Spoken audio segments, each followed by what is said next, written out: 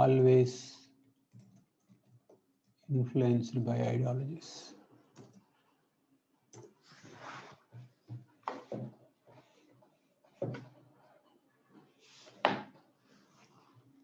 Discuss.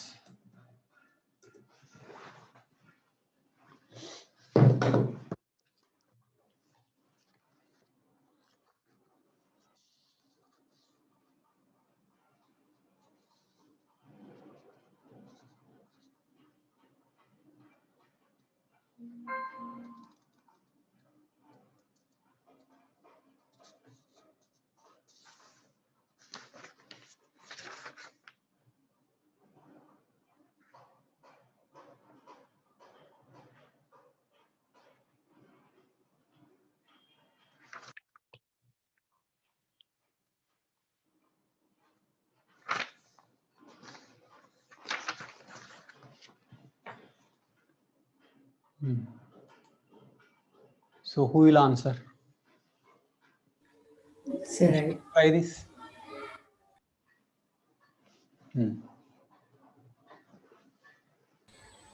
shall I try, sir? Okay, Gayatri. Sir, I think social movements are influenced by ideologies, but if it is desirable or not, sir, everything is an ideology, but if it is desirable or not is the Okay, question. very good. Very good. What do you say, Vishal? Do you like that introduction?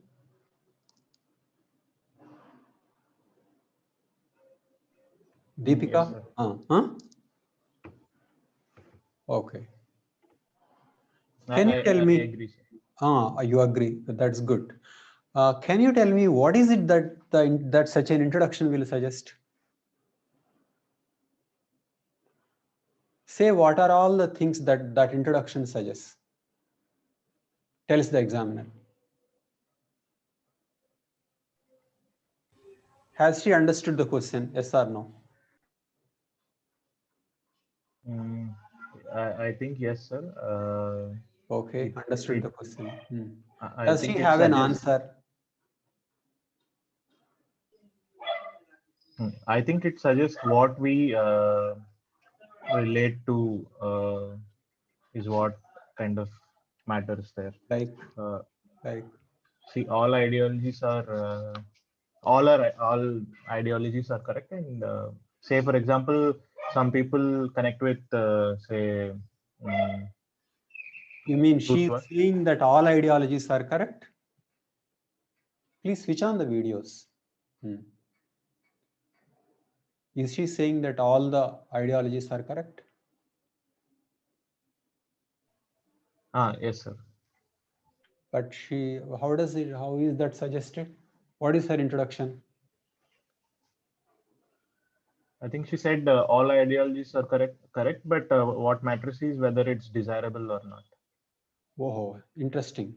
Oh, and then what is the difference between being correct and being desirable? Maybe I all heard it movements wrong. have ideologies. All movements. Whether they are desirable or not is a different issue. Let me tell you, I'll give you one instruction. If you are in doubt regarding how you should introduce, remember this introduction. I would say I would give 100 out of 100. Finished.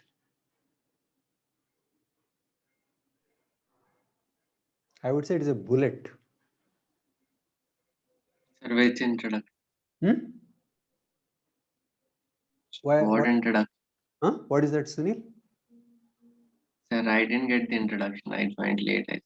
Okay. She said all movements have ideologies. Whether those ideologies are desirable or not is a different issue.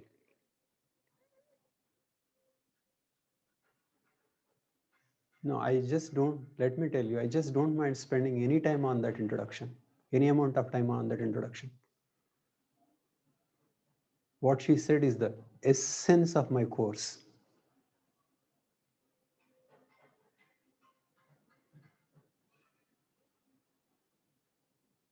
This is the essence. There is nothing more to it. So let us decipher that introduction. So has she understood the question, yes or no? She understood. No, you tell me the points. Deepika, can you, Vishal, you want to say?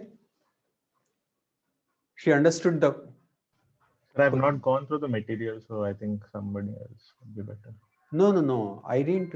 It's not about the material. Maybe you didn't go through the question. The question is about social movements. I gave the question whether all social movements have ideologies. Discuss. Deepika, did you go through the question? Yes, sir.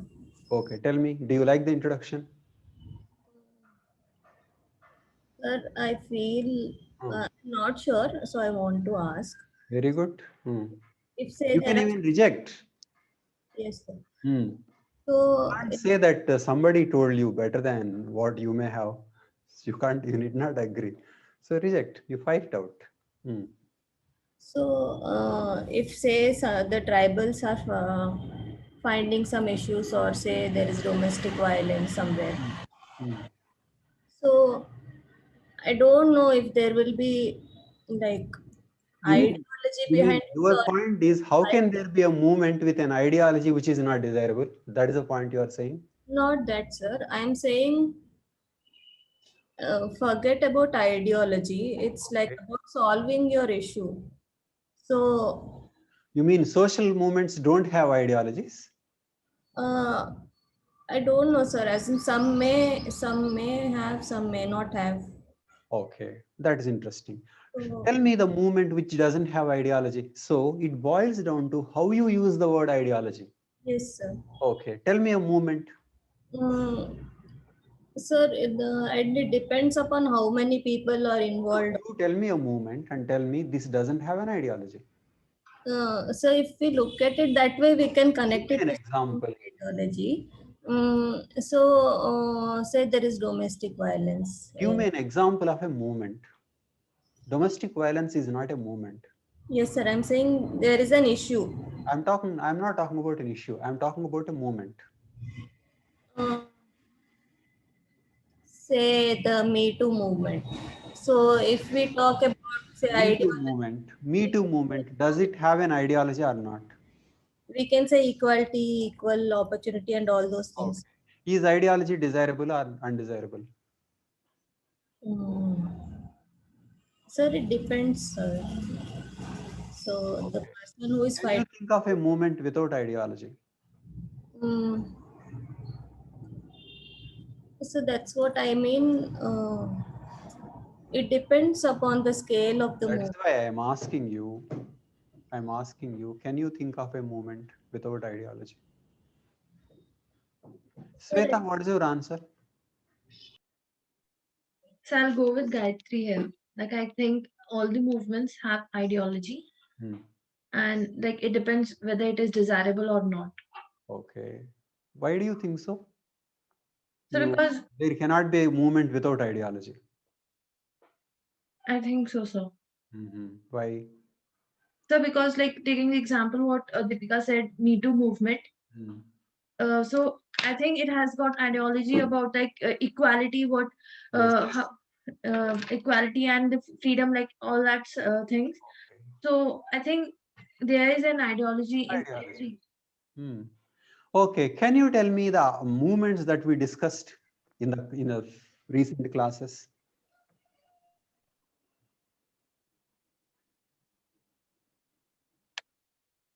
Naga movement, is it a movement or not?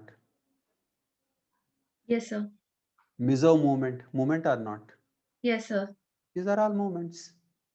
Freedom struggle, And they all have the ideology. yes. Telangana movement, Narmada Bachao Andolan, farmers movements. Without ideology, how can there be a collective action? People often don't say it is justice to me. If it is justice to one person, others won't join. Others join when it involves the issues of justice. So people frame in terms of what is good, what is bad, and we think this is good.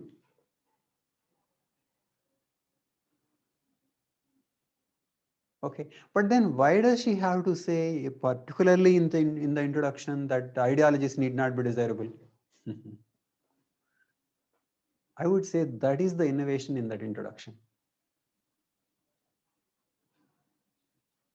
Through that introduction, she is saying not only that I understood the question, but I am taking it to a different level. Ayodhya movement. Should I agree with that ideology? No. Hindutva. VHP's actions. Revivalist movements. There would be so many movements whose ideology is not good for democracy. So by that she is saying that the word ideology does not necessarily mean that it should be ideal in everybody's opinion. So she is choosing to judge that I disagree with certain movements. See what all she said just in 2 lines. That I say is the good introduction. Hit.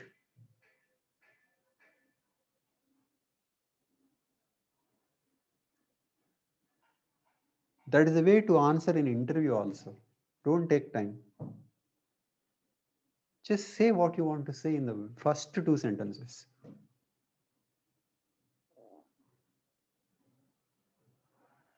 But then to be able to say such things in the first 2 sentences, you need to have clarity on the issue. You need to know what is a movement, what is an ideology, which movements you don't like, which movements are dangerous, all those things. You are summing up everything in introduction. So good introduction calls for good understanding, but what you need to know is that if you have good understanding, it need not necessarily result in good introduction, because you should know what makes a good introduction. Often people say, okay, I'll build a story. Ideology refers to, movement refers to. And then they may fail to link, or they may not think that you need to be critical of a movement. So by that time, examiner will miss the link. It becomes a very ordinary answer. But if you say something like this in the beginning, examiner will say, what is this? Examiner definitely won't be expecting such an introduction. So in the introduction itself, student is saying, yes, this is much above what you are expecting. And I understood the question and I have the content. It is such introductions you should plan.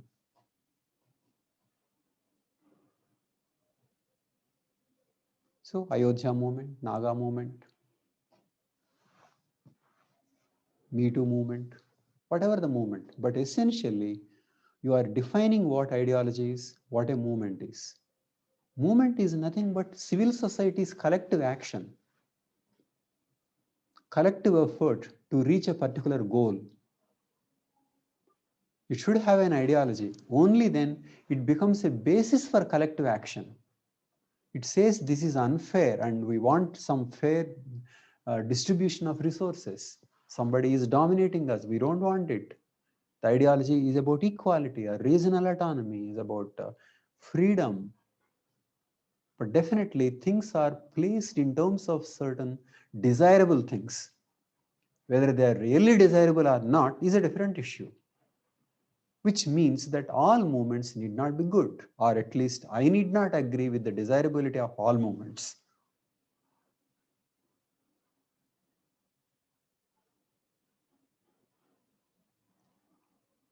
So I'm saying 2 things. Number 1, what the subject is, and number 2, what makes a good introduction.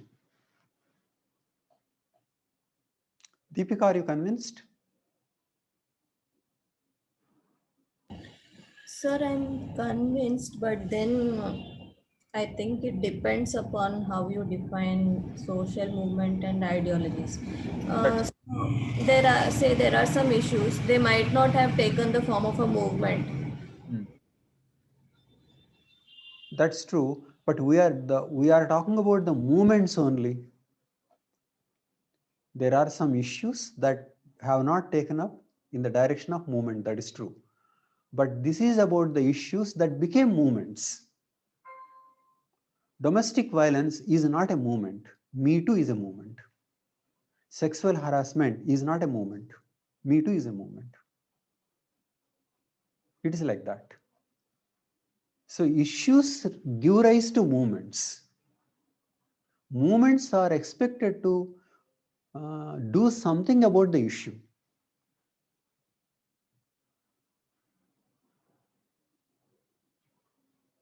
Supraja, what do you say?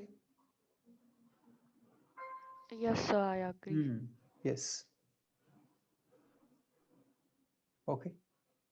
And then give examples. If you are familiar with Me Too, write about Me Too. But otherwise, you cover Naga, Mizo, Bodo, Telangana, Ayodhya movement. So many movements. But what is important in this is not taking as many examples as possible, but with few examples, how do you convey the link between movement and ideology and why it is necessary? It is like that.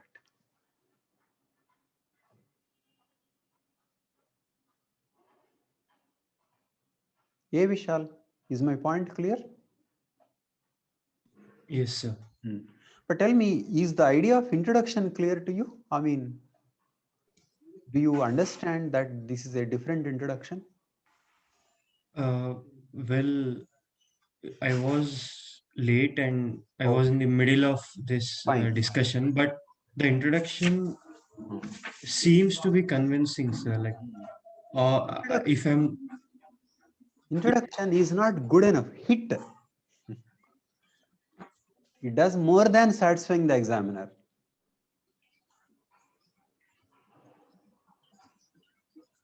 It is not a good enough thing. It just pushes the answer.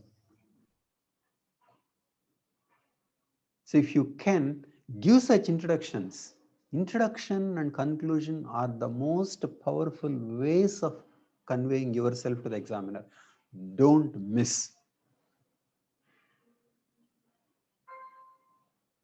Sorry, Vishal, you are saying something. Nothing, sir. That's it. Fine. Sunil, are you convinced? Sir, I might have come to this point, but at the end itself, not in the beginning. Exactly. Very good observation. That is true. In fact, that is one of the problems with introduction. What students say is that's what makes a good introduction is what we learn in the end. That is the thing. That is why familiarity with the topic is important, plus outline is important. That is a very, very good observation, Sunil. By the end of the answer, you will have thought about it, but by then introduction was over long ago. Sometimes you get the question in the middle of answer writing, and sometimes in the end. Sometimes after everything is over, you don't know what to do. So what is important is, first of all, prepare in advance. That is number one. Prepare in advance. What kind of bullets I can shoot? Dishum, dishum. Okay, prepare in advance. Because questions in optionals are predictable.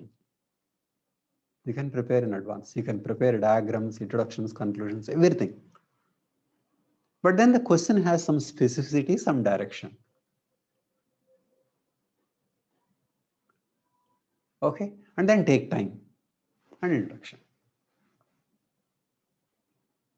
So it is the preparation that leads to, that pushes the quality to the beginning.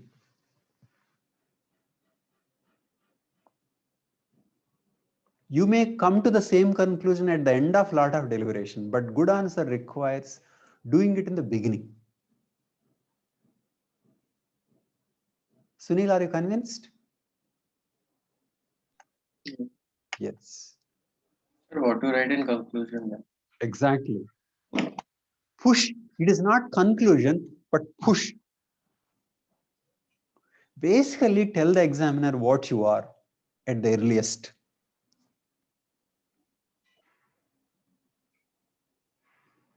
taking as little time as possible, and I would say as few words as possible. Little time, few words, earliest, that is the examination.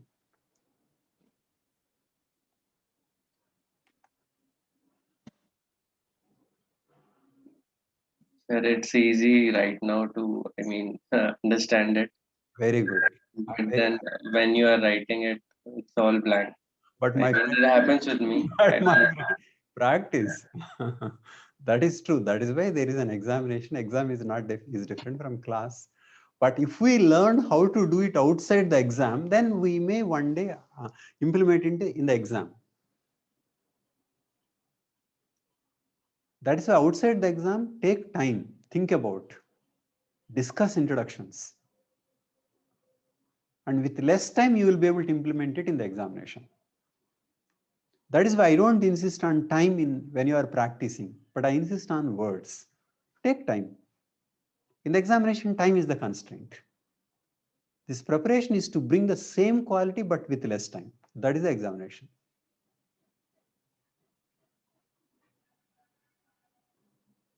You know, people, there are two things here. Number one, what is your dream answer? And number two, how you implement it. Many people don't have a right idea of what makes a good answer. So they won't be trying in that direction. So your dream should be right. That is number one. And next, the way to implement. There are two aspects.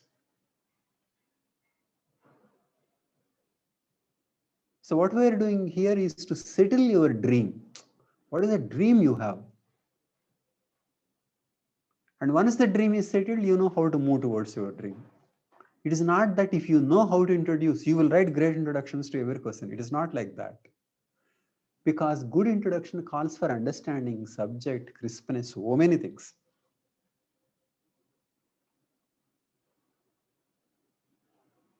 So good introduction calls for understanding, but understanding does not necessarily lead to good introduction. That is the point. You can't write good introduction without knowing the issue. So good introduction is not a smartness. You have to know the subject. So in the introduction, that twist, that criticism, all included. That is the reason why I like that introduction.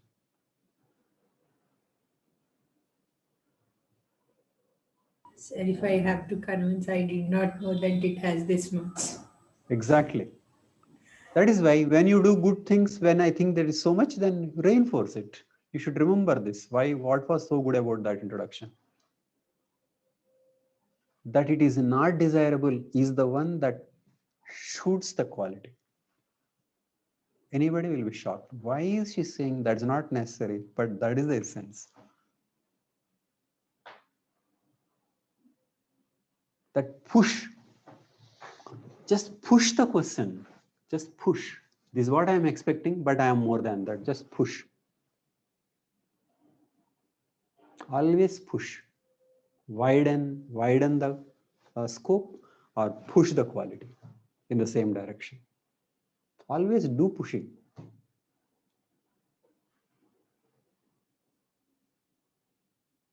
So that is the initiative candidate has taken in the introduction.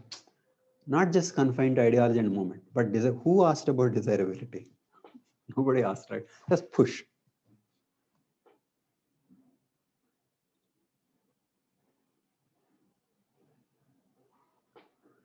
So is it clear? Is my point clear?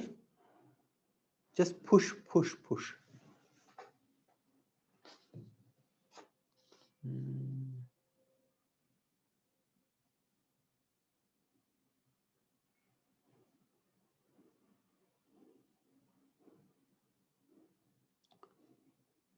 Something like this. Ideology is crucial for social transformation in a democracy.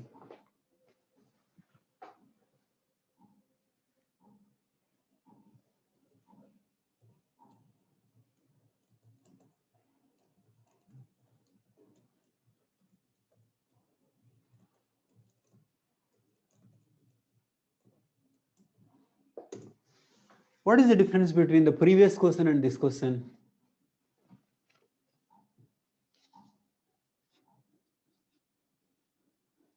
How is this different from social movement as opposed to social transformation?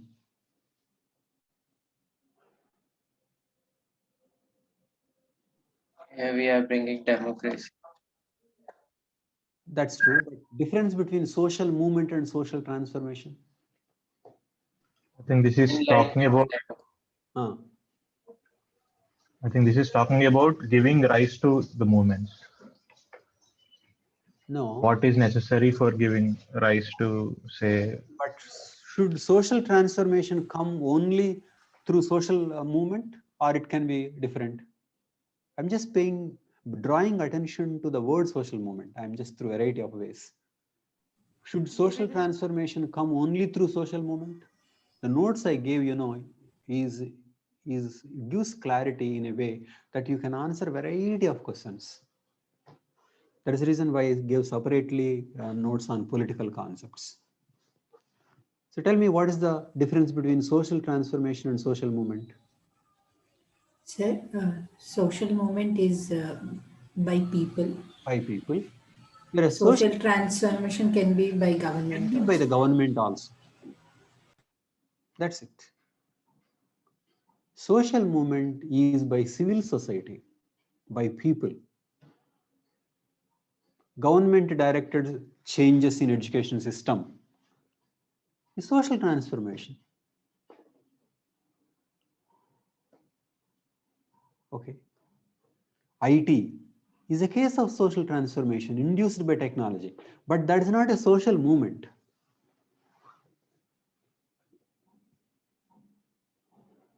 Social movement is about civil society groups, civil society organizations, through voluntary action, consciously bringing about some change, is social movement. Telangana movement, Naga movement, Mizo movement, Jharkhand movement, okay, Ayodhya movement, Narmada Bachao Andolan. These are all movements. Movements, if successful, bring change, but change is not brought only through the movements. Change can come through technological change. Change can come through government action. So don't equate social change with social movement. Social movement is one way to bring social change.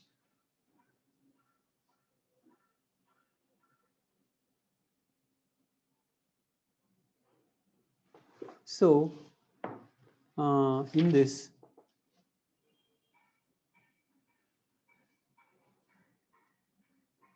ideology is crucial for social transformation in a democracy.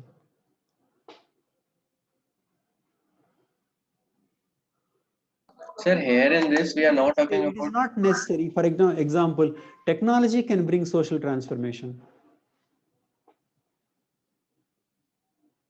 Social media is bringing so much of social transformation.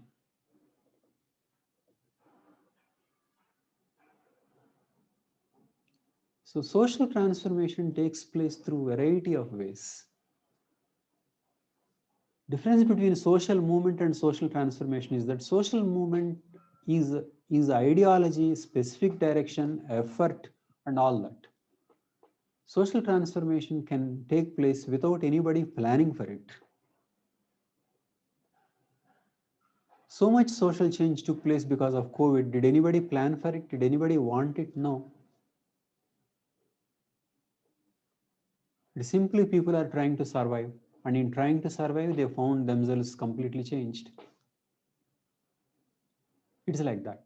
Social change or social transformation are comprehensive things. Social movement is one way. Technology is another way. Government action is another way. Conflict is another way. And social change can be good or bad. Transformation can be good or bad. Social movement can be good or bad.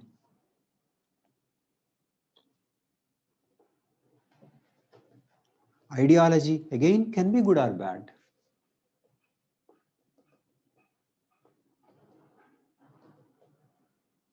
So technology can bring, crisis can bring.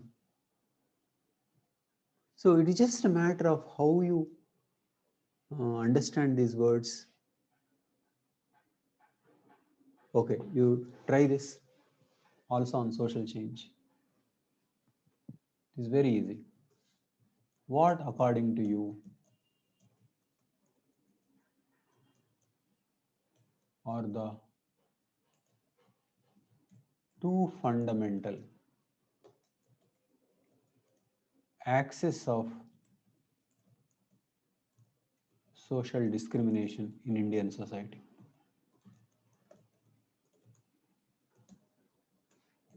Are they changing?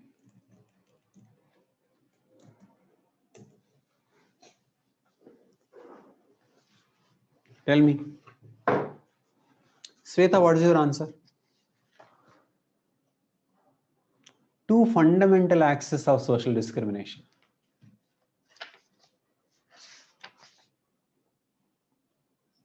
So equality, like inequality. No. Fundamental axis of social discrimination in Indian society. Pay attention to the question. Two fundamental axes of social discrimination. What are those aspects of social discrimination in Indian society? Caste, Caste and class, caste and Gender. choose something different. Gender. gender. That's all. I can tell you, in all these questions on social change, social transformation, conflict, you can answer them just going by two topics, gender and caste. That's all. For everything you write about gender and caste, so many things are covered. And more importantly, these are very unambiguous, clear. It is extremely easy to communicate to the examiner. And moreover, a lot of progress took place. Okay, and a positive change, directed change, social movements, so much took place on gender and caste. So confined to gender and caste, two fundamental axes of social discrimination. You can say gender and caste. And are they changing? Of course. Up to the mark? No. This can be your standard answer. Gender, caste, huge improvement, and a lot to go. Evaluate democracy. Do this.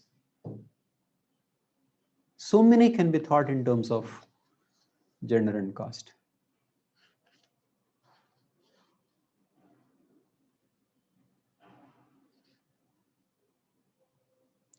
Okay.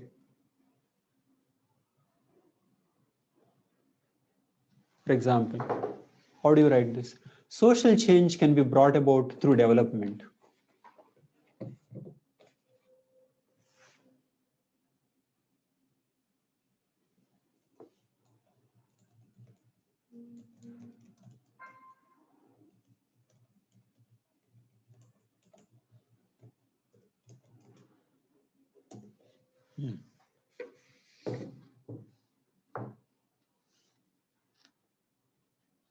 Sunil, what's your answer? So not necessarily, Not necessarily. because tribals do not want development. They want Hmm. to live like they want it. First of all, should change be positive or negative? I mean, is change always positive or negative? Need not be. Need not be positive. Development Need not. need not be. Okay. So take a tribal case, development, change, but bad. That is one example. But take woman, did development bring positive social change? Yes. Yes, that's it. How about caste? Did Yes. development bring positive social change? Yes. Yes. It is like that. So now because it is about development, introduce tribal element. So you have third element now. Caste, gender, and tribe. So in two cases we are giving positive, and in one case Yes, negative. exactly. Positive cases. Basically, change can be positive and negative. Development, it depends upon how you define. If you are thinking development only in terms of infrastructure, it can lead to displacement and some people will suffer. Okay, so look at every word critically, look at their definitions, and through examples, try to answer that. But let me tell you, instead of simply answering that somehow, let there be an overall theme. Okay, I'll give you one technique in good writing. I may have said it before, but it is very difficult to understand the full implication of it. It is like this. Your answer should be meaningful, even if the reader doesn't know the question. That is a good answer.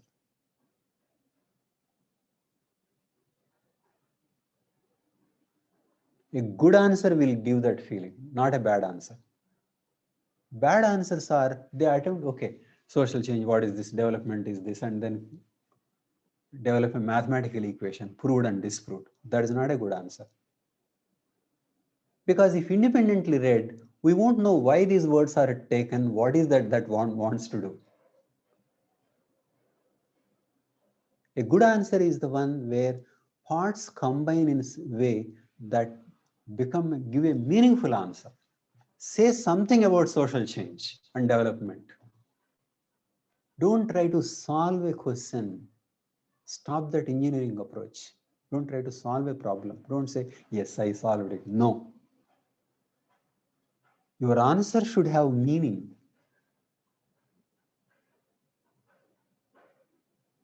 Even if one doesn't know the question. Of course. And to that I add, after knowing the question, he should find it relevant also. not that you write a good answer, but not relevant to the question, no. So that is to say, your answer should be meaningful, independent of the question. And then after knowing the question, it should be relevant. 2 criteria.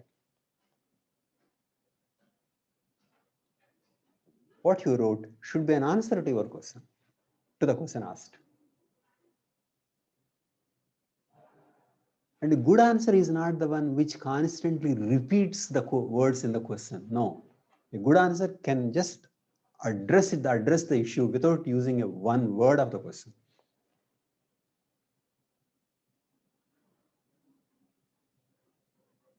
Somehow it conveys.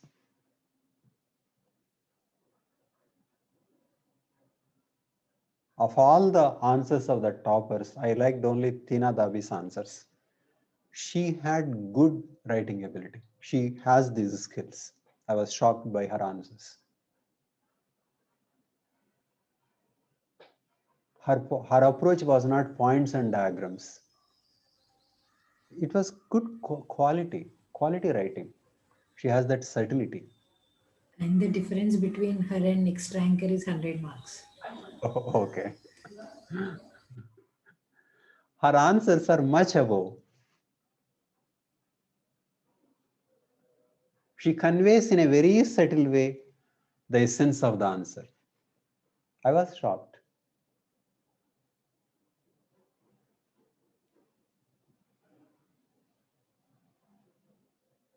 Okay, so many people have developed variety of techniques because essentially they don't have the writing skills. So how to get marks without having writing skills? That is a problem. That is an issue. And how to get marks without understanding the subject? That is another. So students have taken different kinds of challenges to avoid having what they actually ask you to have.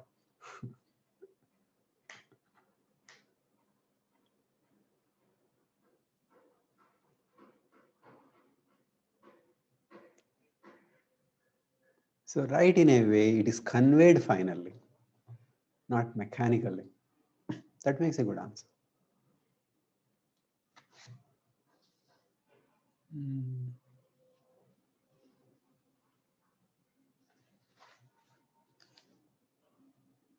Sir, for this question, social change can be brought about through development. So if we are not going to say repeat, say some part of this question, No, could they'll give you be? an example and then say it is brought through development. First of all, I'll tell you some of mediocre answers. Number one, they don't think of social change as plus and minus. They don't think of development as plus and minus. So, and also they think somehow this should be supported. And then all these things fixed. And within this, what examples and diagrams and points. In fact, let me tell you, the toppers may say we have given so many facts, and the people who are listening to the toppers may think that they made it through facts. But from the last this year test series, I got a different conclusion. There are many poor answers which are full of facts. So many numbers and facts, but they are horrible answers. So if you are concluding that toppers are making only through facts is not true, because there are so many people who know the facts and nowhere near making it.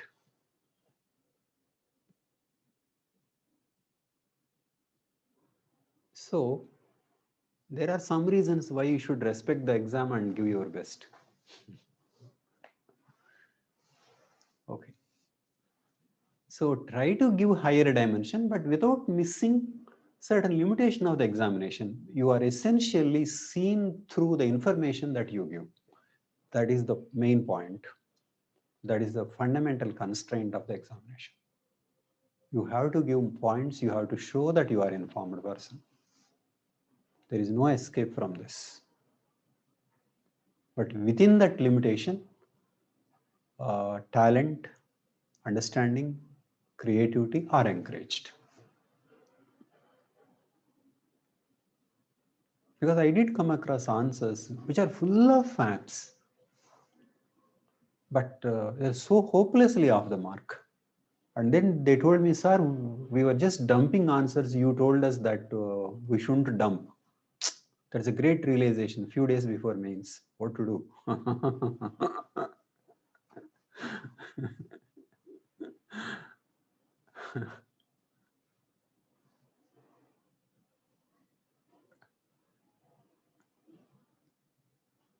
So you can define the question differently.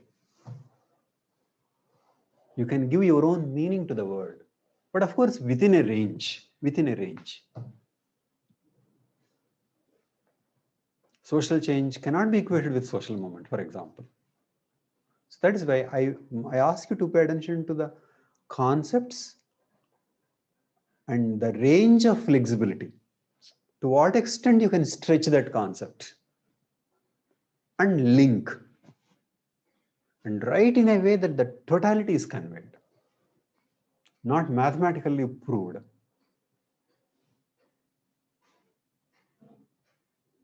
As the question is larger and your answer is mathematical proof, it becomes meaningless.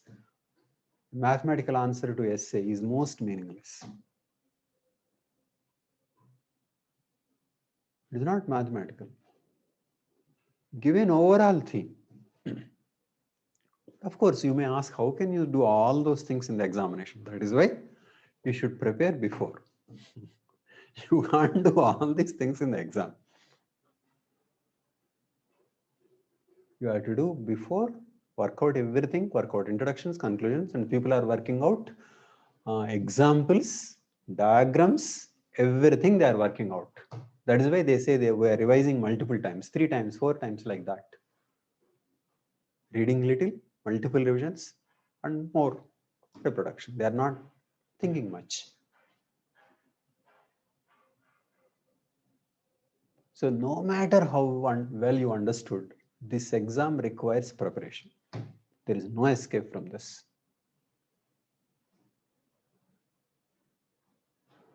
There is no way one can clear without being thorough in the subject. It is simply not possible. It is just the time. Time will give edge to the person who prepared more, even if you know a lot more on an issue. One who prepared writes fast, writes more. And if you are coolly thinking, you can't write much.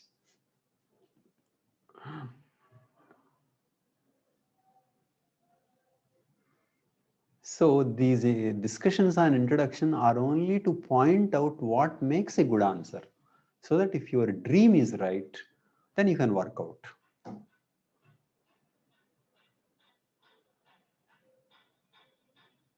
And also to show how much is possible in an answer. Many people don't know how much is possible. So much is possible. And in mains, if you impress the examiner in one answer, it will affect him in evaluating another answer. It's not like prelims where computer evaluates. But here, impressed. But what to do? It is only for 10 marks. But later he will give more marks. He's impressed now. It is like that. Which also means don't give same example to every question. If you have done one example, please, in that paper, don't. Because you can't forcibly, it is not forcibly convincing him, see, look, I answered it and you have to give. Not like that. Maintain diversity. He should feel helpless. The candidate is so good, I am not able to give more marks. When you have not written well, he will give. So this is a very subjective thing. And of course, if you write well, handwriting itself, it will make you closer to him. Though there may not be any marks allotted for handwriting. Handwriting, neatness, care you take. It's leaving an impression on the examiner. We don't have rights. We can't make demands. We just think of all kinds of ways by which he may be impressed. It is like that. Because I know there are some people who didn't have time and they just wrote outlines to the last 2, 3, 4 questions. And definitely they got marks for outlines. Because the examiner understood, okay, he doesn't have time and he knows the answer. Over.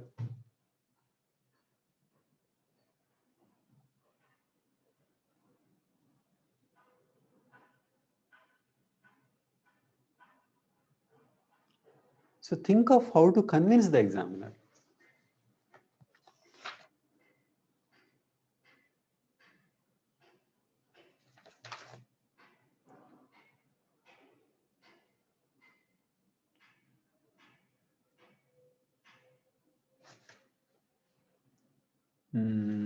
Okay. Now take this question on regionalism.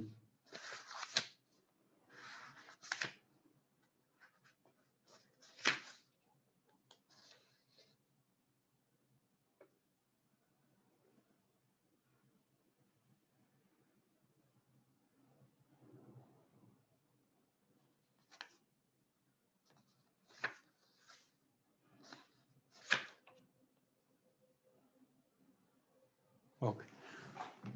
Ethnicity and regionalism, because we are defining more clearly.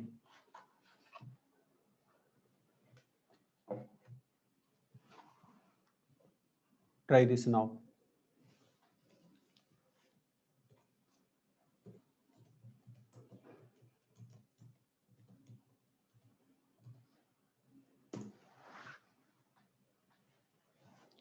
And if you are good at answering optional questions, you will be automatically good at GS, because GS involves a lower level challenge. What may be regarded as difficult in GS, even in terms of the technique, are at optional level, that's all. So these are useful in handling GS paper. So try this. Ethnicity and regionalism.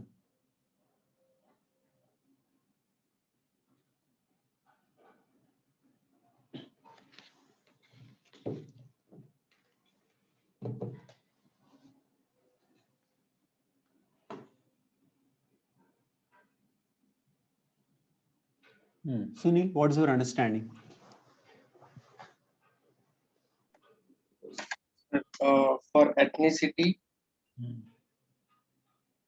I would say it is the people in a given area. Okay. Is ethnicity okay? Is ethnicity about the people in a given area or is about the people? It's about the people. About the people. As opposed to regionalism? It's the consciousness of people that they are attached to get given area. Area. So regionalism's focus is about region, territory. Ethnicity is about the people. Okay, ethnicity is about the people. Regionalism is about the territory. Take different examples. Telangana movement is of more of ethnicity or regionalism. Regionalism. Exactly. Naga movement. Regionalism again. Naga movement. That can be both also. Exactly. So work out the links. But what is it that the primarily Nagas want? Is the region or about the Nagas? About the Nagas. Nagas. And they want a region. That's how ethnicity and region are linked. So Nagas want more region than what they have, that is Nagaland. So they are spread at more places, so they want larger region. Isn't it so? So ethnic groups claim higher region, more region. Sometimes region is fixed. Telangana is regional movement. It's about region. This is this area. Let that area not dominate. But Naga, it is fixed about ethnicity and seeking territorial autonomy and regionalism. It is like that. Mizos, ethnicity, and they want regional autonomy. They got Mizo land, Mizoram. Assam, ethnicity, and they want region, Bodoland. From what I understood, regionalism can be a heterogeneous mix, but ethnicity has to be homogeneous. Exactly, that's true. Ethnicity is about homogeneous. Regionalism can be heterogeneous.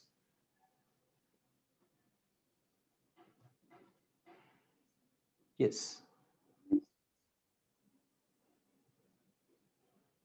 Territory becomes important in regionalism. Ethnicity becomes important in ethnicity. What is ethno-nationalism? Ethno-nationalism is mixing ethnicity and region and seeking power. Nagas wanting greater Mizoram, greater Nagaland is ethno-nationalism of Nagas. Mizoram should be a separate state. This is for Mizos. That is also ethno-nationalism. Ethno-nationalism does not mean secessionism. Ethno-nationalism can be for greater autonomy. So Bodo land is a case of ethno-nationalism. Mizoram, ethno-nationalism. Nagaland, Mizo-nationalism. Sorry, Naga nationalism. So whenever there is a demand, it results into ethno-nationalism. But it can be a demand only for regionalism. Telangana demand. If it is an ethnic demand for Exactly. a region, then it is ethno-nationalism. Yes, ethnic demand seeking something territorial. But ethnic demand need not be territorial. For example, rights of SCs.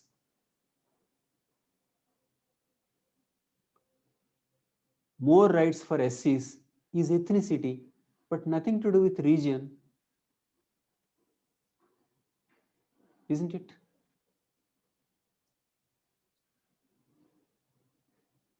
Caste is an aspect of ethnicity, though normally in Indian context we call it caste rather than ethnicity. So when ethnicity demand linked with a particular territory, then it is a combination of ethnicity and regionalism. But sometimes ethnicity need not be combined with territory.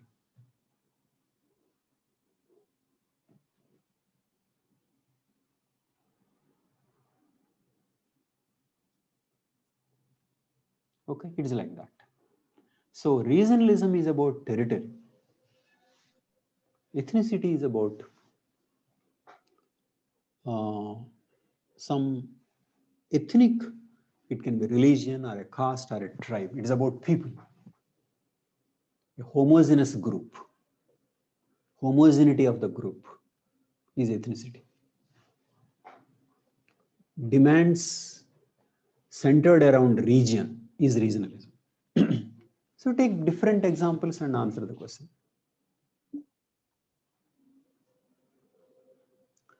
Okay. For example, take this question. Role that regionalism plays in demands for autonomy among Indian tribes.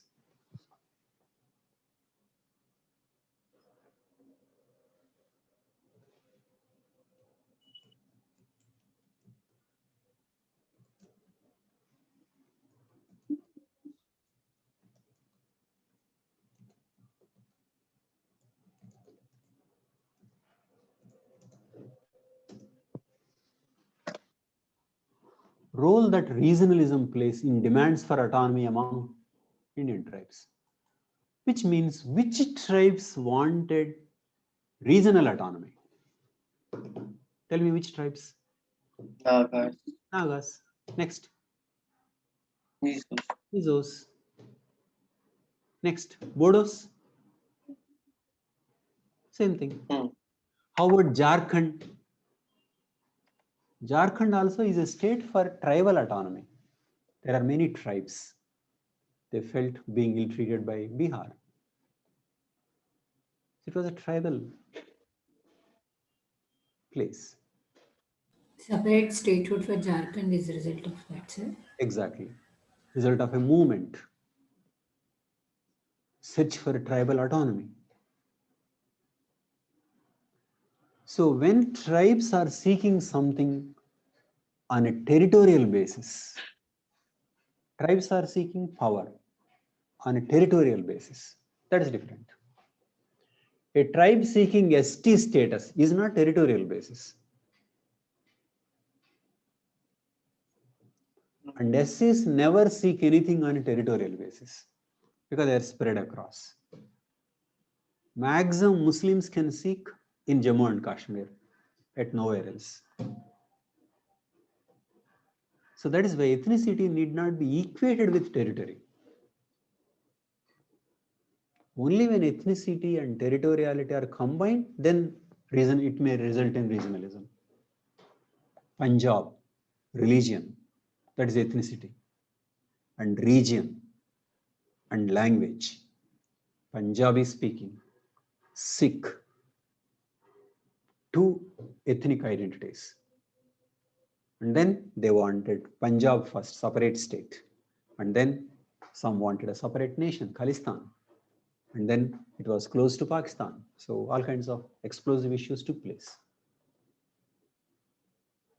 Kashmir, ethnicity, region, plus border, international conflict. In Kashmir, if people were not Muslims, then definitely it would not have been an issue. They would not have wanted to be separate or wanted to be a part of Pakistan. Because they are Muslims only, it became a different issue. So there is an ethnic issue. Don't equate ethnicity simply with the tribe, though that is the way we use in Indian context. All kinds of group characteristics or aspects of ethnicity. So there the religion plus territory plus borders plus international conflict, historical issues, so many. So simply through it, do it through examples.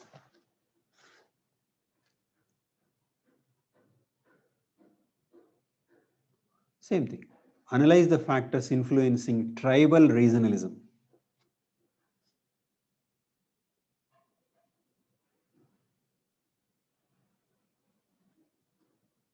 Okay.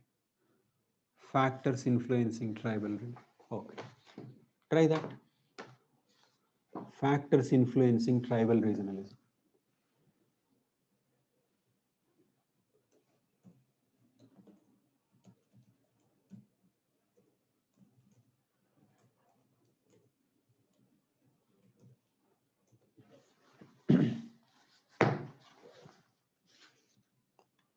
So which issues will you discuss? Resource erosion. Same issues. How certain tribes want autonomy on a regional basis. That's all.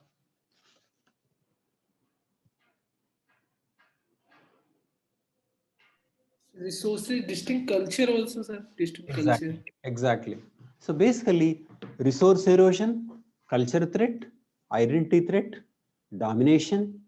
These are the reasons why they want a separate state or a separate nation or a council. Same thing, same examples.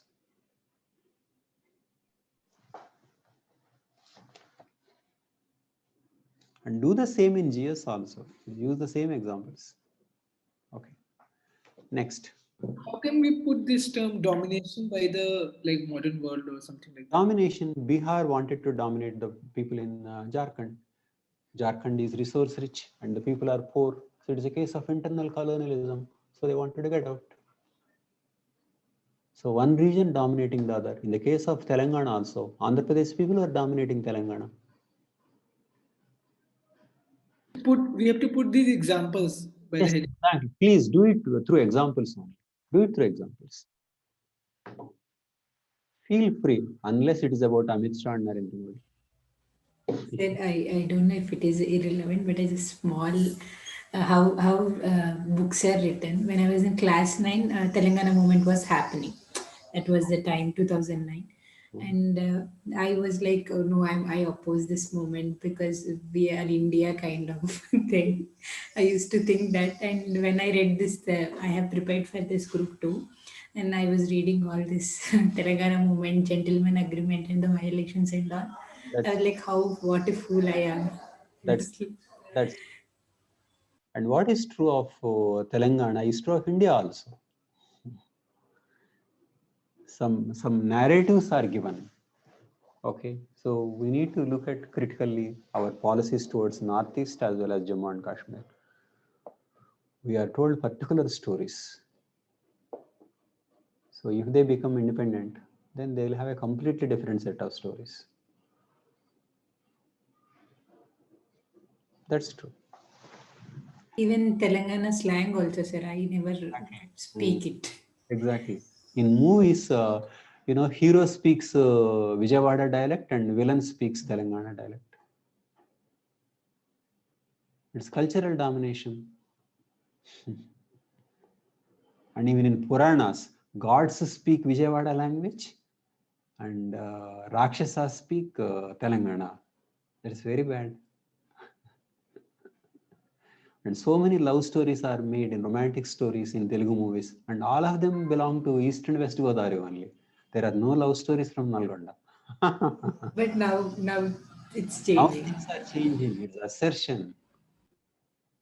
It is Telangana Talli. That Andhra Telugu Talli is very, very discriminatory.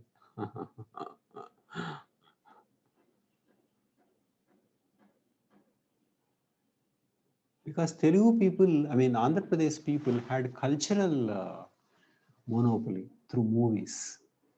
So they gave particular language, they gave particular narrative. It was very bad.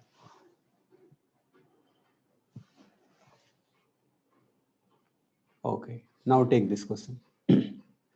Sir, for the previous question, what could be the intro, sir? Just stating the factors would suffice, or Which question? Factors influencing tribal regionalism. Yes. Yes, where where exploitation on ethnicity lines have a territorial basis, then it leads to regionalism. Like that. Ethnicity plus territorial basis gives regionalism.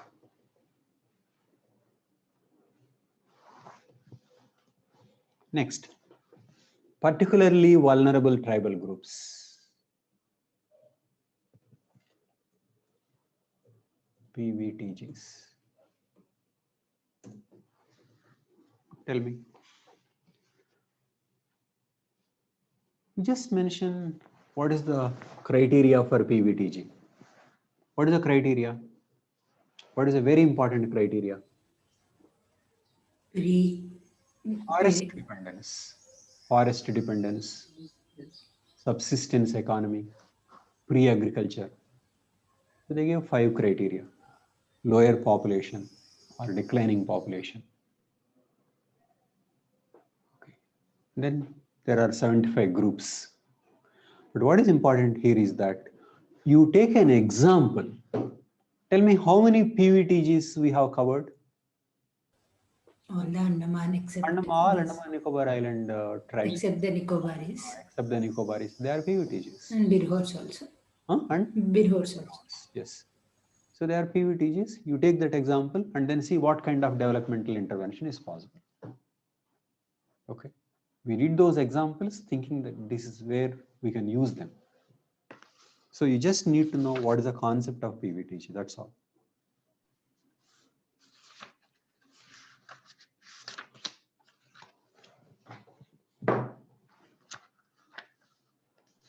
There is one more PVTC I've come across. That is Tana Bhagat, but like they are a bit more modern than Birhors. No idea. Somehow Mahatma Gandhi met them and like something. There is a story like similar to that. They associate with some Gandhian things. Okay. Try this. Main objectives of TSP.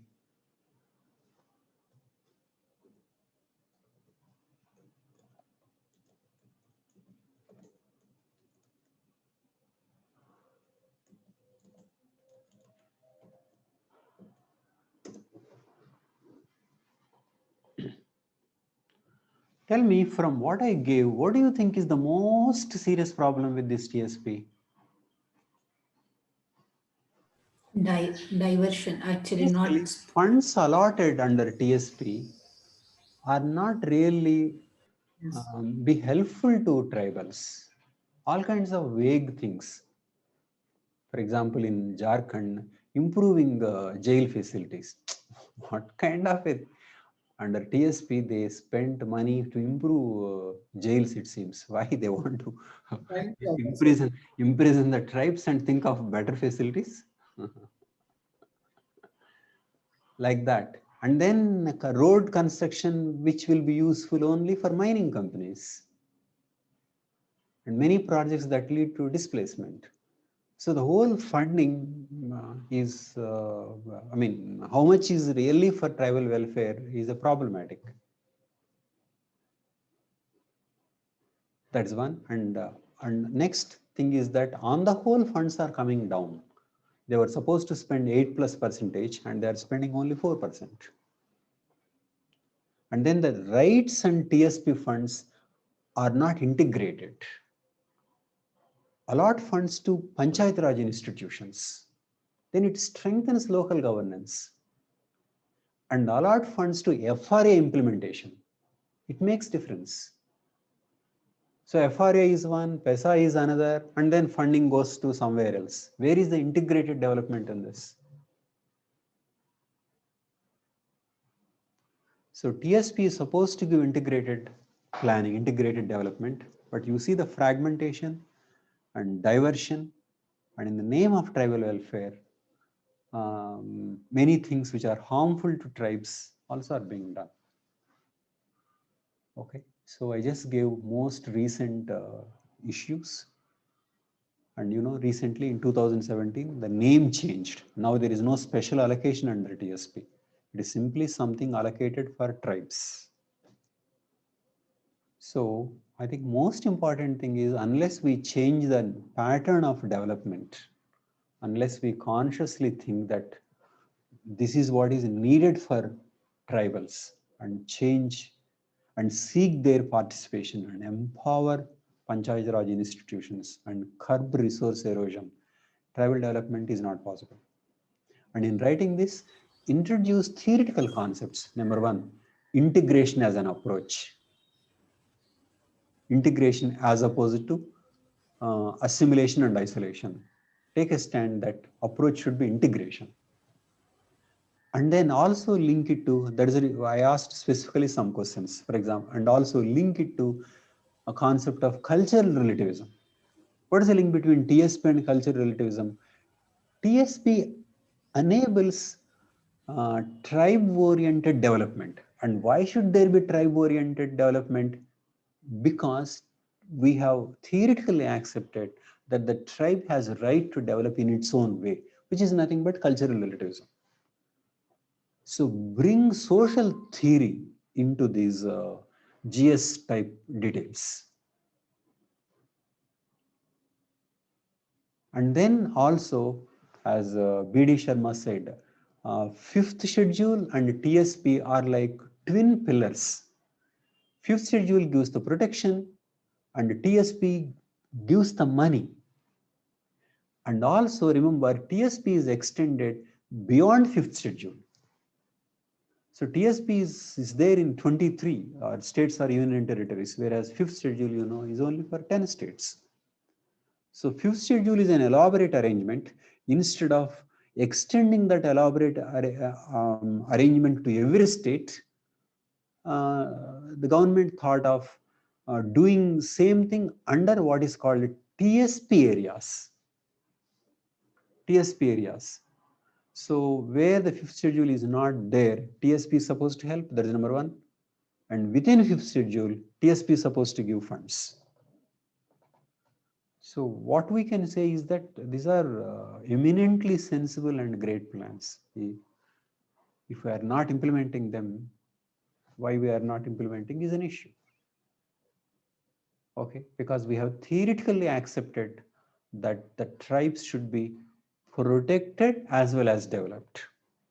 It is not simply protection and isolation. Protection in terms of culture, identity, and resources, plus development, but positive development. We also agreed as they wish. That is another thing. So I don't think theoretically we are making,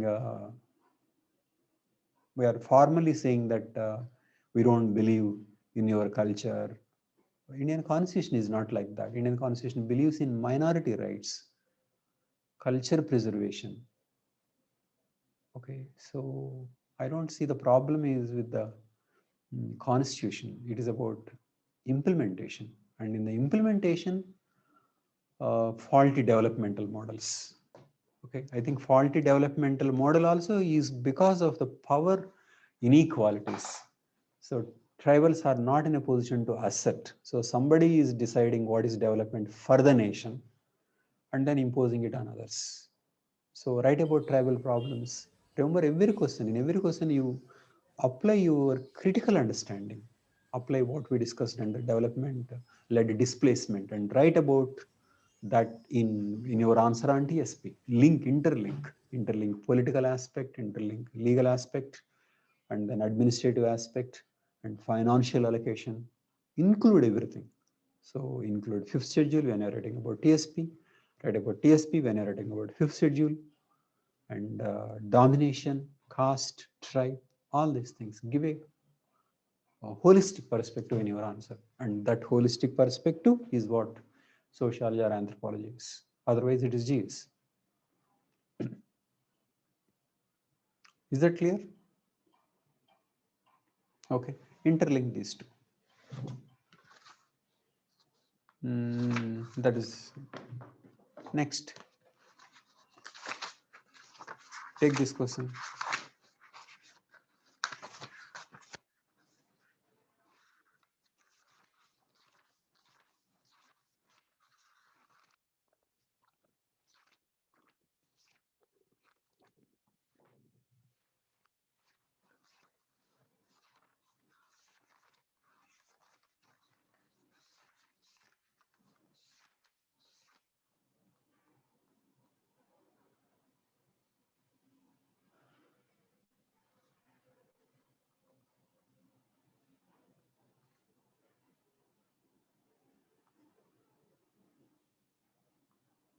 Okay.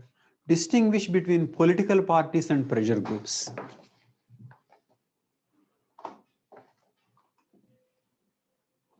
Okay.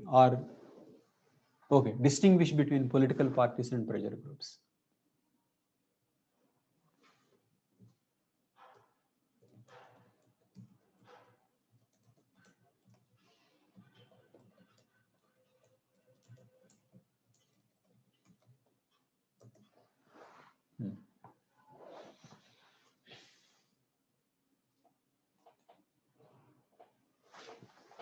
RSS. What is that? Pressure group. You can say most important pressure group now in India is RSS. Why is it so? Because it is connected to a political party which is ruling, that is BJP. So groups that influence power, but without being formally a part of them, is a pressure group. VHP is a pressure group. FICI is a pressure group.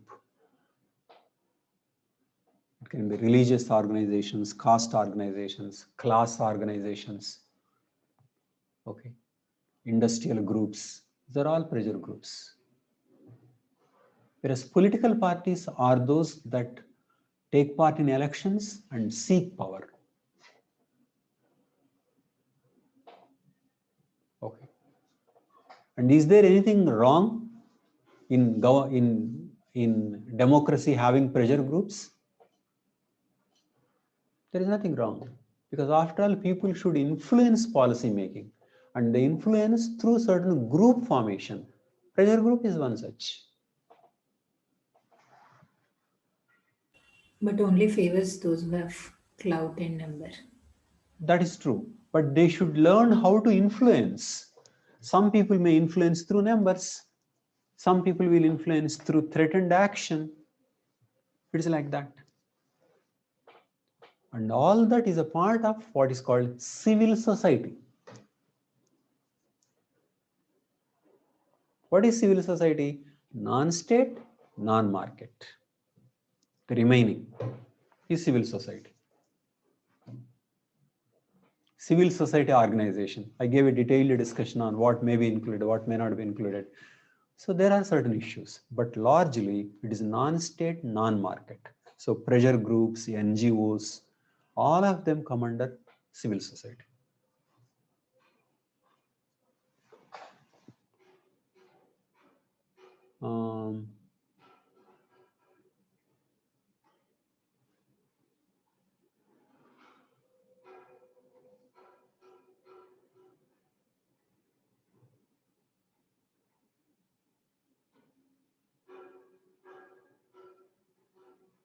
So role of, now you try this. Evaluate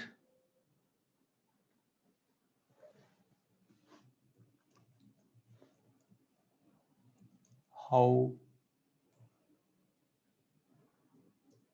do civil society and democracy mutually reinforce each other.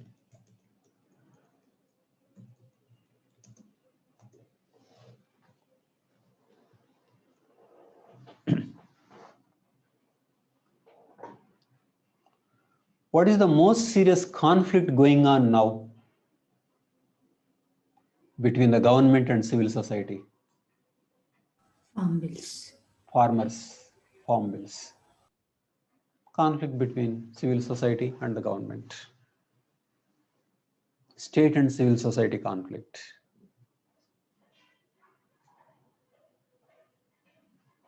Okay. So people coming together and fighting it out.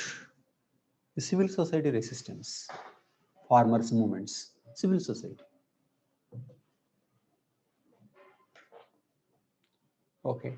So how do they mutually reinforce each other? A better civil society puts pressure on working of democracy. Okay. But this does not mean every civil society organization is good, nor it means that success of every civil society organization contributes to the democracy. Civil society organizations can have democratic goals, undemocratic goals, fascist goals, all kinds of things.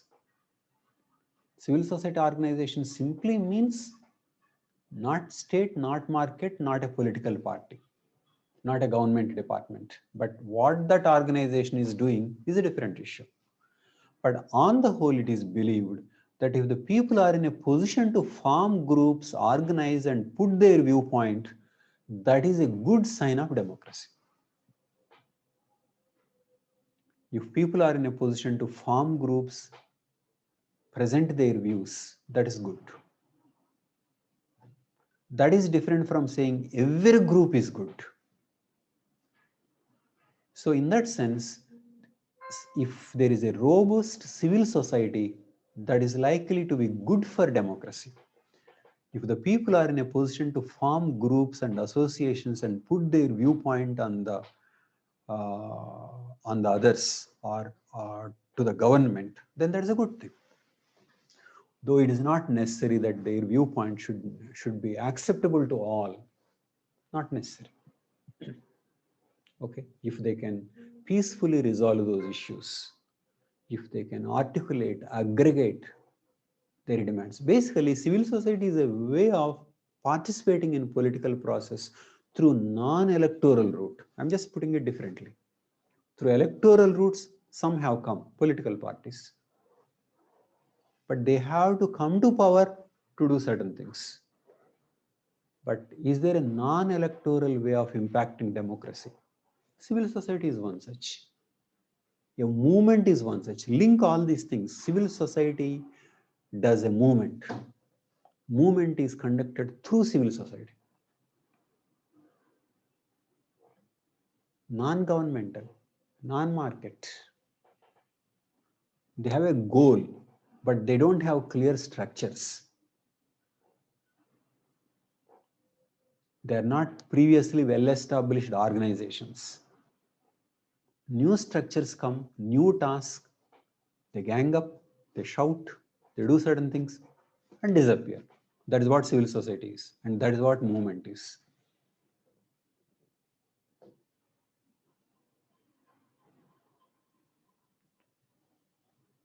There is nothing like being a member in a civil society. There is no membership. An association can have membership, but civil society is more than any association. It is like that. So if we have a system by which people can organize, aggregate, and demand certain things, articulate their grievances, we consider it is a good system. That is a healthy functioning of democracy. So right to information came through that way. Lokpal, though it is not effective now, came through that way.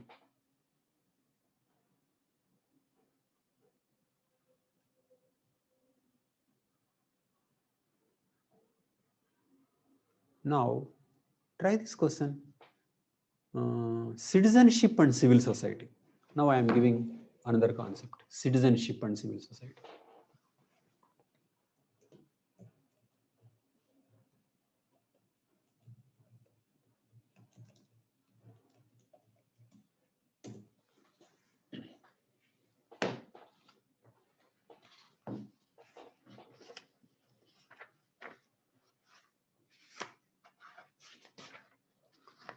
Tell me, what is a citizenship?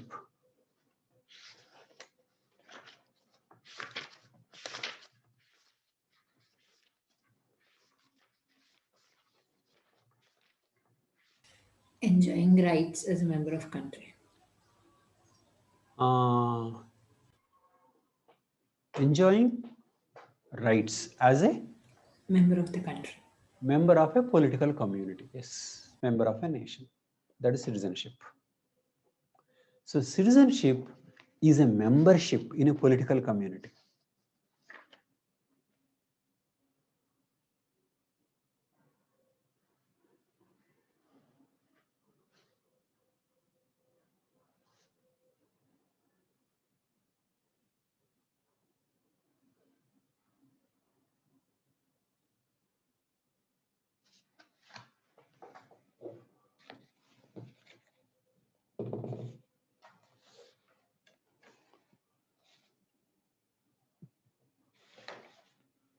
So citizenship is about membership in a political community.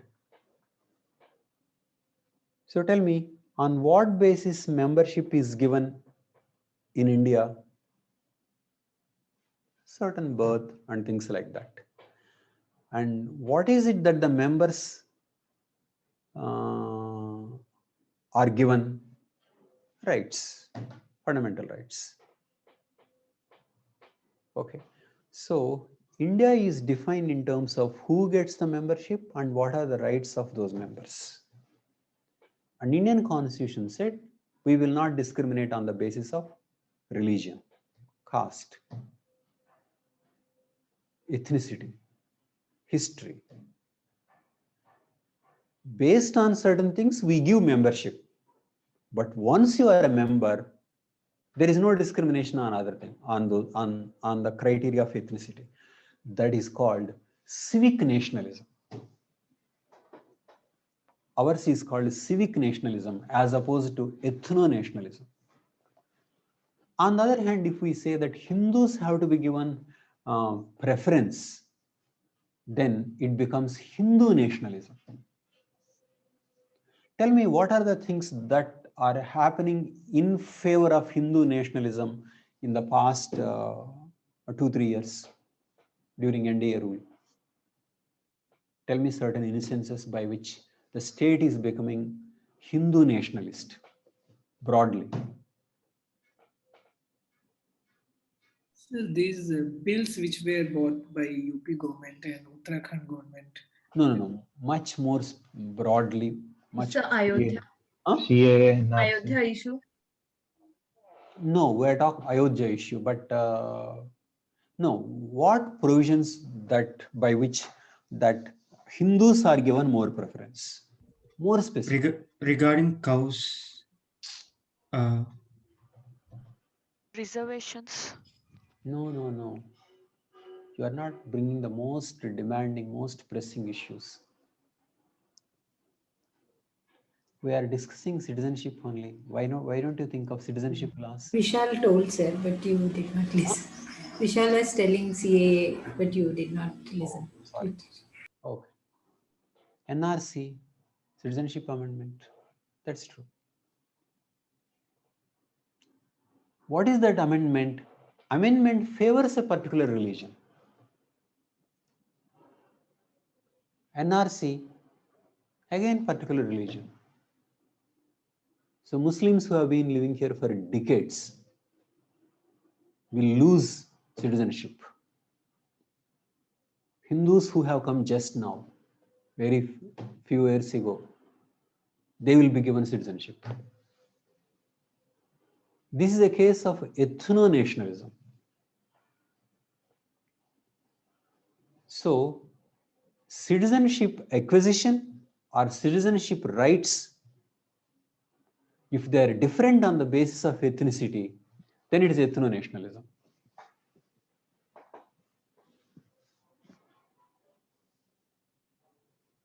So this is Hindu nationalism. But the Constitution is committed to civic nationalism.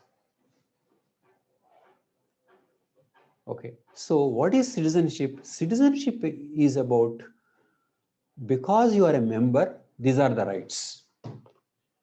If there is no discrimination on the basis of ethnicity and all citizens are equal, then it is civic nationalism. If there is discrimination on the basis of ethnicity, then it is ethno-nationalism.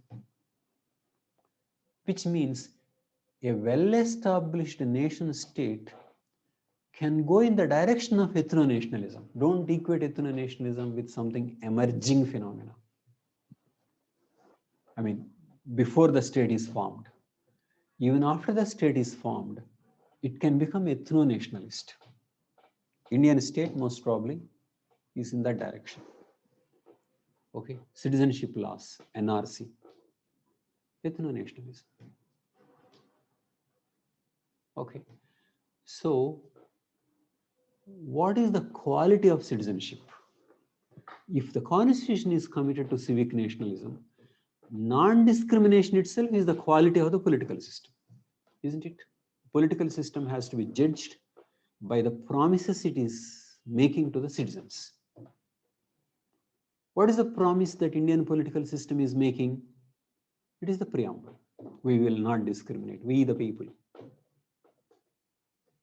It is like that. Okay. So citizenship is nothing but membership in a political community, granting of certain rights and duties.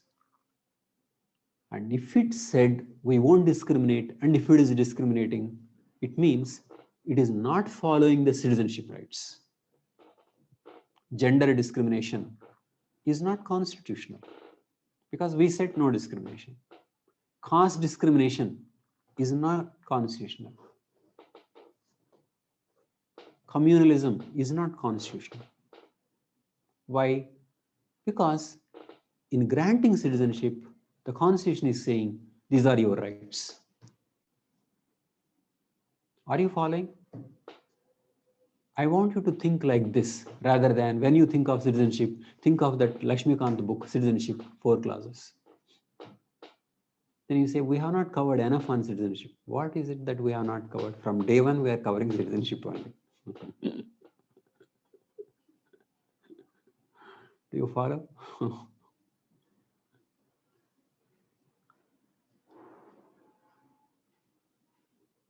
So not enjoying citizenship rights means facing discrimination. Caste discrimination is not being full citizen. Gender discrimination is not being full citizen. Because what is promised under Indian Constitution is non-discrimination. Now, already citizens, there is a discrimination, instances of communalism, and citizenship acquisition, there is a discrimination as formally proposed. Repatriation, sending them out, then enormous census has been done, survey has been done to prepare a ground to check some people out. In fact, some people think in America that there is a preparation for genocide is going on in India. Mostly it may happen in Assam and other places. Okay. Because this is one of the steps in genocide. Brand them, get the list. So that one day it is easier to target.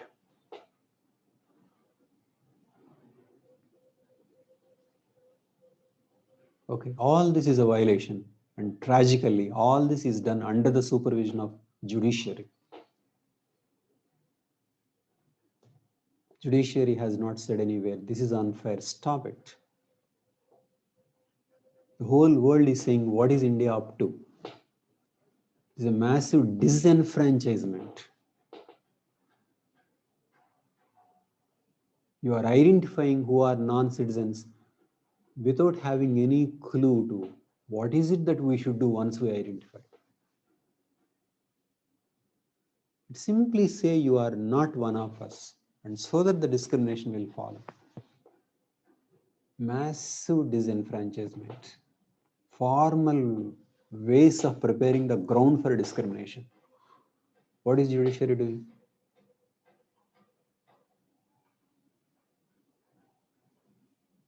Horrible things are going on now.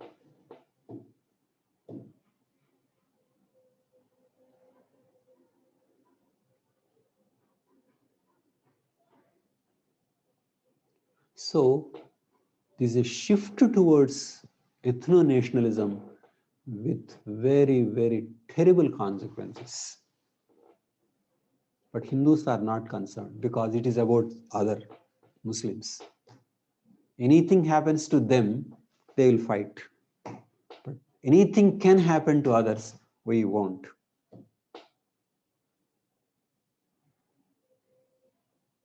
Sir, also it is about how you write, because you tell it in a simple language, conveying, your style of telling it, it reaches me. But if I read this in Hindu article, I'll never see this is the problem.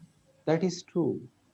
I never see this pinpoint, I cannot pinpoint that it is the problem. That is true. What to do? People are missing a bigger picture. But you just read any foreign newspaper, they are so clear that what is going on is extremely left-wing extremism and tribals in India. I didn't read your note, Nikhil. I will read it later. And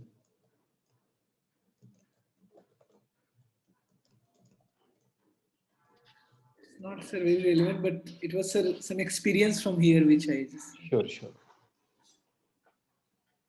I mean, you want to talk about this? No, sir, no. I was talking about the notes you were talking. Notes, okay, fine. I'll go through it.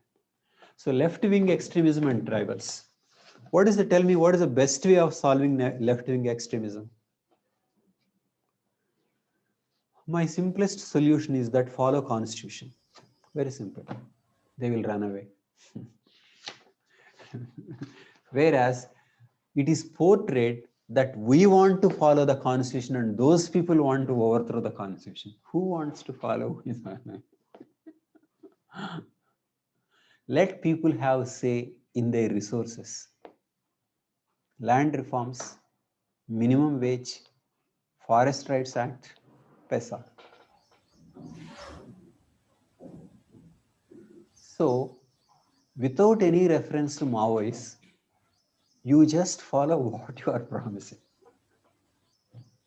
So the idea that we want to follow constitution and you people want to overthrow us, you don't respect in constitution, I think is meaningless.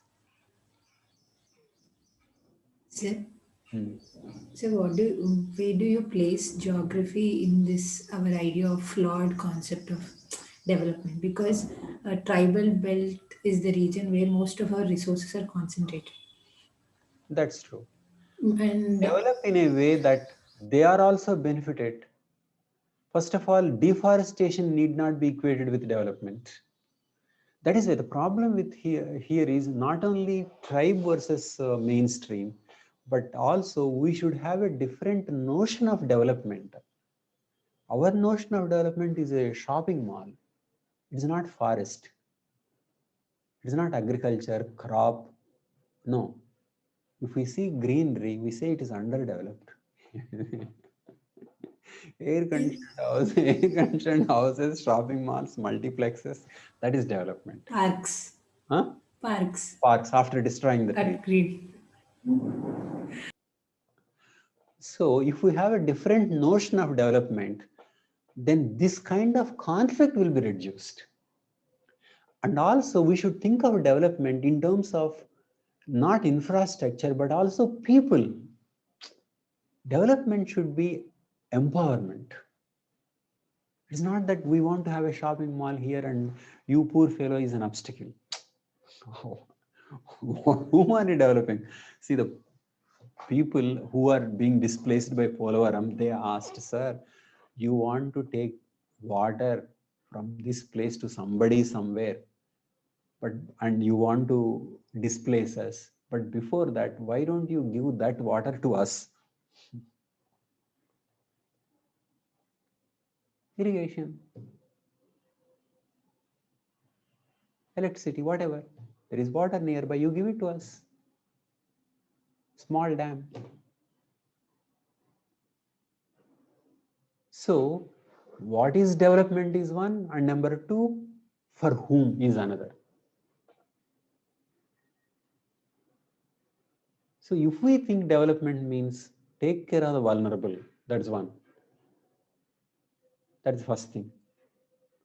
And when you want to take care of the vulnerable, then your idea of how things should be also will change. You will not think in terms of corridors, industrial corridors from Mumbai to Delhi, from Delhi to Chennai, and Chennai to whatnot. All kinds of corridors, flyovers, multiplexes, all full busy. Peaceful place, quiet walking, forest or green cover. All these are underdevelopment. Third world country. So in a different model of development, definitely tribals will participate. Forest conservation, wildlife conservation, sustained living. Give healthcare, education. Let some of them learn computers. Let some of them come to towns and let them understand their culture. That should be the education. Let them be good at their own medicine and then Western medicine. That is healthcare. And all that is cultural relativism. That is what anthropology is supposed to. That is what sociology is supposed to. And that is what democracy is. Non-imposition of your view on others. That is the essence of democracy.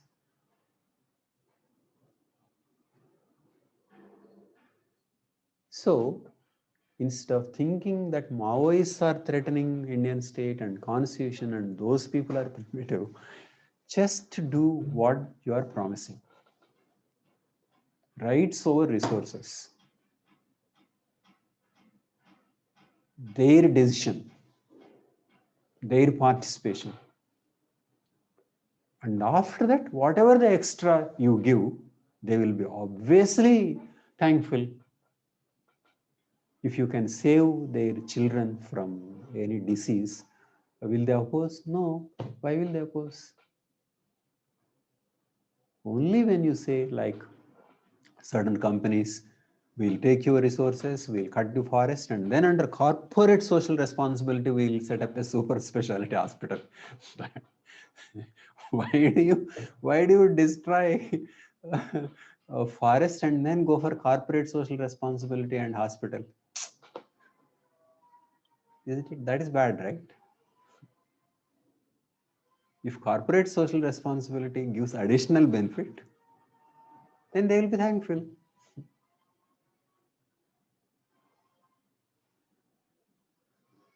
So when we think of development, first think of people. And within the people, vulnerable, poor. It is not that the poor should sacrifice for the well-being of the rich. If somebody has to sacrifice, it should be the other way around.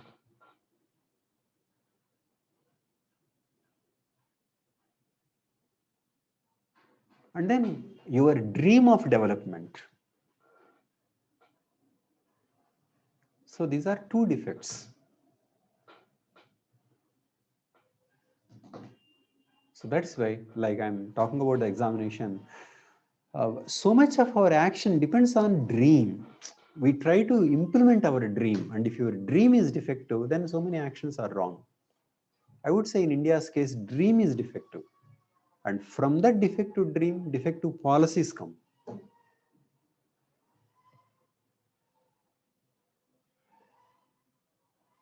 So as far as development is concerned, our dreams are defective. Forest is not there in our development at all. Only foreign exchange reserves. What is our BOP position? Okay, that's what development is. That is meaningless. So what is important to handle Maoism when you see it as a problem is that just do what is promised. Implement constitution and they will run away. So when one is not doing, they are helping in a particular way, and then maybe they are creating livelihood for themselves or power, misuse, all kinds of things. So we are not looking at what problems they are creating. It is that what is it the Indian state that it is not doing as a reaction, some wrong responses may come. It is like that.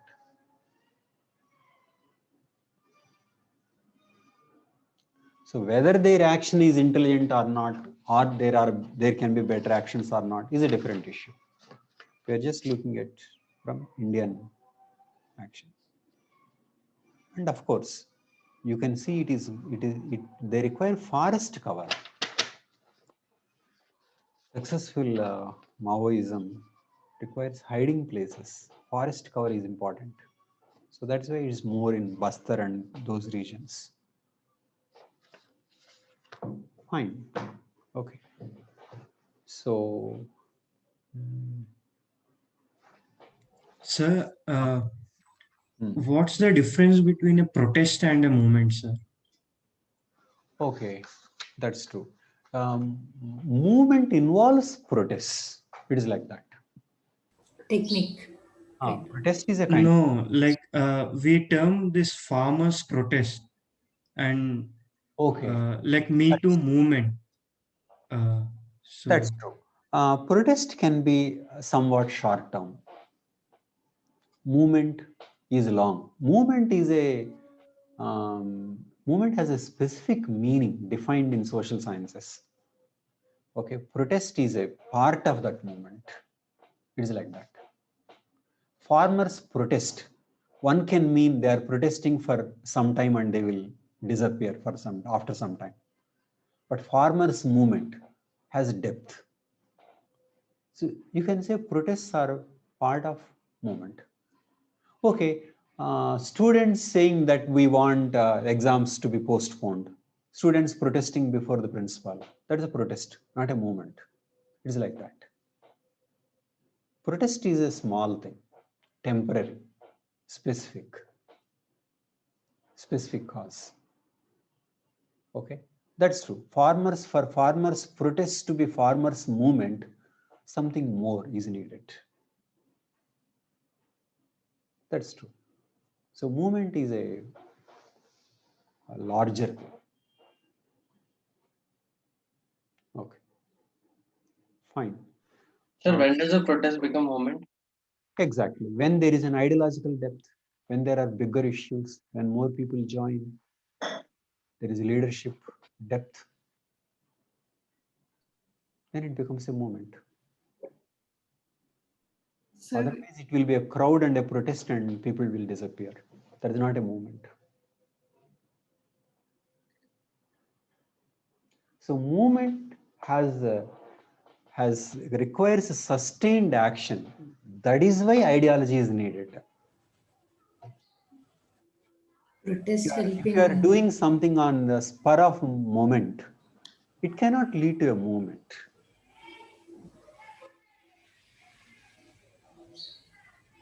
It is a protest.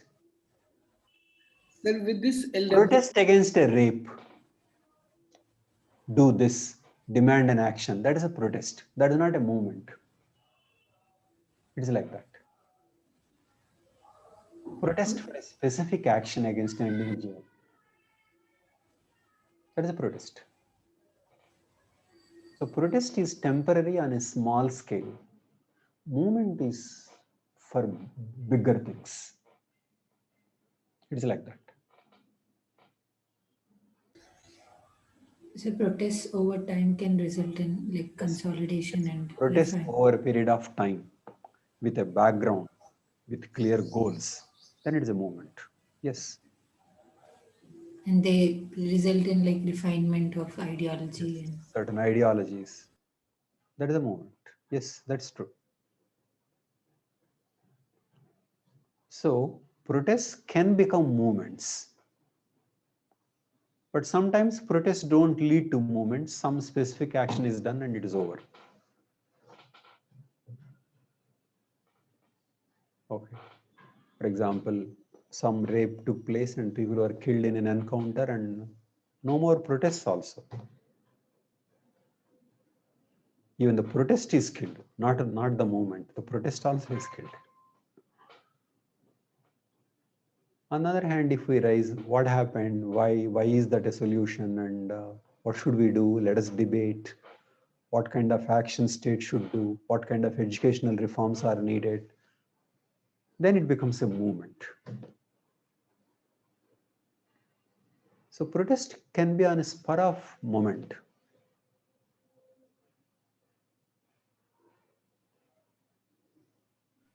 So a movement can have a social. Movement should have depth. Vishal, tell me. A movement can have a social change, but a protest may or may not. It Exactly. can end up in a legal change. That's true. Protest can be for some specific action against an individual. Suspend this man or hang them. The protest. That is why. So